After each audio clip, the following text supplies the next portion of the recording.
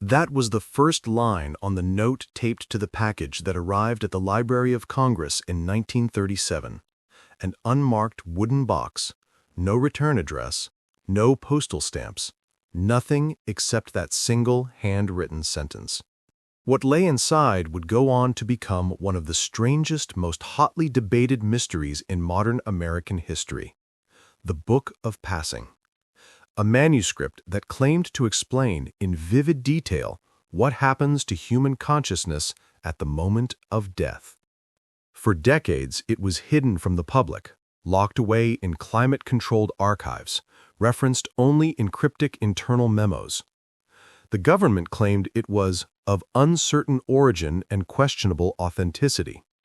Scholars called it psychological warfare, perhaps foreign in origin. But librarians, those who had handled it directly, whispered a different story altogether. Here is the account recorded by Eleanor Whitfield, one of the youngest archivists employed at the library in the late 1930s. Her diary, declassified in 1974, remains the only first-person narrative about the book's discovery and the events that followed. The mysterious book that explains what happens when we die. A historical narrative based on Whitfield's private journal. I first saw the book on a cold December morning. It sat alone on a long oak table, wrapped in coarse linen, as if someone had swaddled it like a newborn. 3 senior archivists stood around it, speaking in low voices. When they saw me enter, they fell silent. The book was heavier than it looked, bound in a material that resembled leather but felt strangely warm, almost as if it had its own heartbeat. There was no title on the cover, only an embossed symbol, a single vertical line splitting into 2 branching curves, like a river dividing into twin paths. Inside, the pages were filled with perfectly symmetrical handwriting, written in ink that shimmered between black and deep violet depending on the light. At first glance, it looked like medieval calligraphy. But the text wasn't in Latin, Greek, or any known script. We couldn't even determine its linguistic family. That night, after the senior staff left, I remained behind to finish cataloging. The book sat in the archive room's center, illuminated only by the brass desk lamp. As I approached, something impossible happened. The pages turned on their own, and the text, previously unreadable, shifted and reformed into English. I didn't scream. I should have, but I didn't. Instead, I stepped closer, hands trembling, and read the first translated line. Death is not an ending. It is a return to the moment before choosing. What lay followed was unlike anything I had ever encountered in theology, philosophy, or folklore. The book did not describe heaven, hell, reincarnation, or oblivion. Instead, it introduced a concept called the crossing, a process through which every consciousness revisits the instant before birth, the moment of transition from the greater awareness into human form. According to the text, dying meant remembering. Remembering everything. Every choice you almost made but didn't. Every alternate life you could have lived. Every person you could have become. The book claimed that consciousness existed in countless potential states, but when a soul entered a body, it collapsed into a single timeline, much like a river forced into one narrow channel. At death, the book said, the river widened again. The next section was even stranger. It described beings called guides of the liminal, entities that do not judge, but rather witness. Their role is to help the departing consciousness interpret its life, not as a sequence of events, but as a pattern, a design woven from decisions and consequences. I turned the pages rapidly, devouring each paragraph. The details were unsettlingly precise. The first sensation after death, it said, was weightlessness. The second was absolute clarity, awareness expanding beyond physical senses. The third was the review, not a moral judgment, but a total re-experiencing of life from the inside out, including how one's actions felt to others.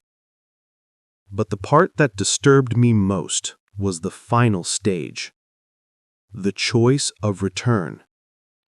The book claimed that after the review, every consciousness is offered 3 paths: return to the greater awareness, a state of unified existence; re-enter physical life, a new timeline, a new body; or remain in the liminal realm, to serve as a guide.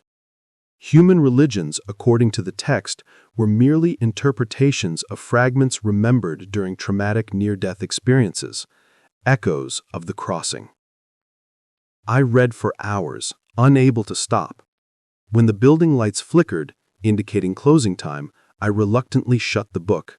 But the moment I did, the English text vanished, reverting to the original script. The next day, I returned with Dr. Henry Greeley, the head archivist. I explained everything. He laughed it off at first, until the pages turned again on their own. He went sheet white.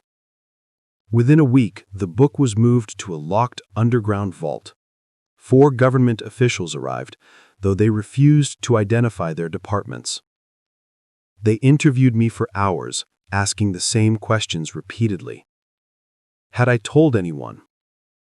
Could I replicate the translation? Had the book spoken? Had it moved? They took notes, but shared nothing. When they finally left, Dr. Greeley looked 10 years older. For months, life returned to routine, until the night Dr. Greeley didn't come home. His apartment was found undisturbed, his coat still hanging by the door, dinner untouched. He vanished without a trace. 2 days later, when I went to retrieve a file from the vault, I found the linen bundle lying in the center of the floor, unwrapped, open to the final chapter. New text had appeared, this time in English from the start. The one who seeks must also cross. That was when I realized the book wasn't just describing death. It was inviting. That night, I gathered my notes and sealed them in an envelope and hid them inside an air vent in the northwest wing of the library, a place few ever entered. I resigned the next morning and left Washington behind. I never saw the book again. But over the years, I heard rumors. A classified program. A government-funded lab in Virginia. Tests performed on volunteers, some of whom allegedly returned describing exactly what the book had written. Bodies that showed signs of death for minutes, sometimes hours, before reviving. All of them reporting guides. All of them describing the same review. All of them mentioning the same final question. Would you like to return? I cannot prove that the book was real, not anymore. The government denies its existence. Scholars claim it was an elaborate hoax. But every so often, a strange postcard arrives in my mailbox. No return address. Always the same message.